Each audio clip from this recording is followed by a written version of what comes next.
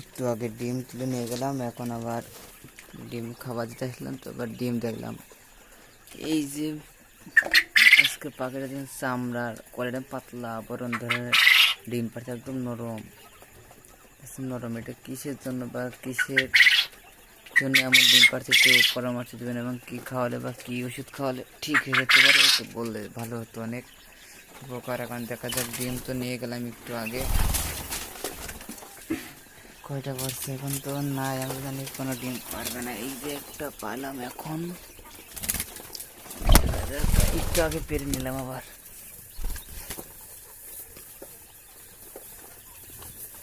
দেখ আলহামদুলিল্লাহ, আগের থেকে দিন দিন ডিমের সংখ্যা বাড়ছে।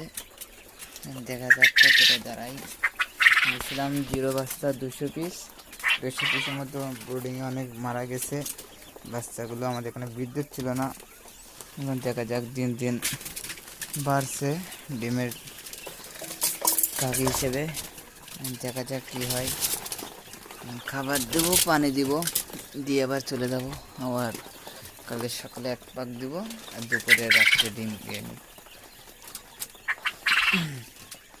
দেখা যাক, পাখিগুলো থেকে পানি নাই, পানি দিতে হবে।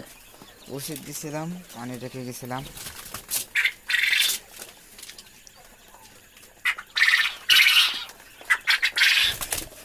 এটা আমার এই ডিমের কি সমস্যা, কিছু তো নেই মনে হচ্ছে। একটু জানলে একটু পরামর্শ দিয়ে আমার একটু সাহায্য করবেন। মনে হতে পারে ওষুধ খেলে বা এমনও ট্রিটমেন্ট আছে যেটা যদি দেখ ডিমটা ভালো হবে, কারণ এই ডিমটা তো নষ্ট হয়ে যাবে। ডিমটা আমাদের মধ্যে ডিমটা তো কোনো কাজে লাগবে না, কোনো কিছু করা যাবে না। এখানে যদি বলেন একটু অনেক উপকৃত হতো।